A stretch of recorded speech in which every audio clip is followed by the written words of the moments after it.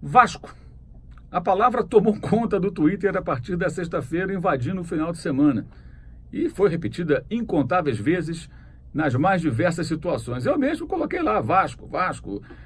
Entrei na onda iniciada por torcedores do Clube Carioca, depois que o Edmundo, eterno ídolo do clube, né, e hoje comentarista na Fox Sports, escreveu Vasco em algumas postagens em rede social, né, postagens de outras pessoas, de outros personagens. É interessante observar que o que parece uma simples brincadeira, no fundo carrega a força de um clube que precisa renascer. Recentemente, ainda no ano passado, 2018, eu estive em São Januário fazendo uma entrevista com o presidente vascaíno Alexandre Campelo, e depois de uma conversa informal com ele, alguns dirigentes, né, depois da entrevista, cheguei a dizer a eles que, e acho isso realmente, que o Vasco precisa recuperar o terreno perdido e o tempo perdido. Porque o Vasco tem uma das 5 maiores torcidas do Brasil. O Vasco, ele é muito popular em regiões distantes do Rio de Janeiro. Tem uma torcida nacional que rivaliza com a do Flamengo em várias regiões do país. Se você for a Manaus, por exemplo, que é a capital mais remota e de mais difícil acesso em todo o território nacional, você vai encontrar lá Vasco e Flamengo, as duas torcidas mais expressivas. Parece até que você está no Rio de Janeiro, né? Em alguns momentos, quando você vê a disputa ali de rubro-negros e vascaínos na demonstração da paixão pelo clube e tudo mais. E o Vasco, de tempos para cá, ele se apequenou, em parte pela gestão de Roberto Dinamite, que acabou sendo desastrosa ao final, e claro que principalmente pelo período todo em que Eurico Miranda esteve no poder direto ou indiretamente, influenciando demais. Eurico morreu essa semana, com 74 anos, teve seu momento de importância dentro do clube, é verdade, mas o seu legado final é um clube muito amarrado ao passado, a métodos que já ficaram para trás, a formas hoje pouco adequadas de conduzir o dia a dia e os negócios do futebol, inclusive. O fato é que o Vasco hoje é um gigante adormecido. O Vasco tem que voltar. O Vasco tem que voltar a figurar entre os grandes.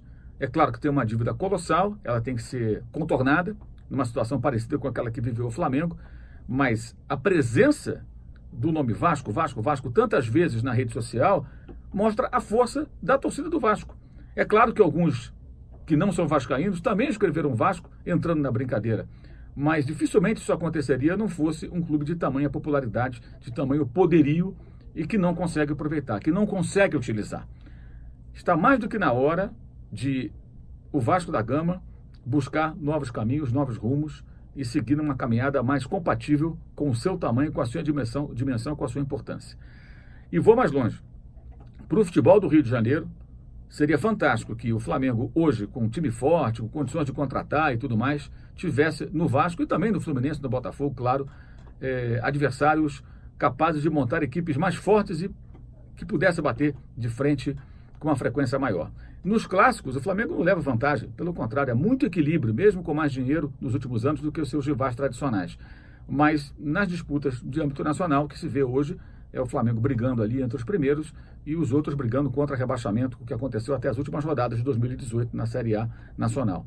Isso precisa mudar e o Vasco tem muita força, muita condição para virar esse jogo.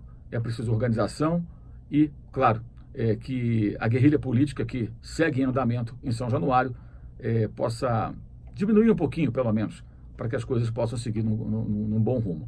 O fato é que a quantidade de tweets, né, absurda, incontável até, com a palavra Vasco a partir de uma pequena brincadeira, sim, embora pareça só uma brincadeira, grande e clara, nítida demonstração de força do Clube da Colina.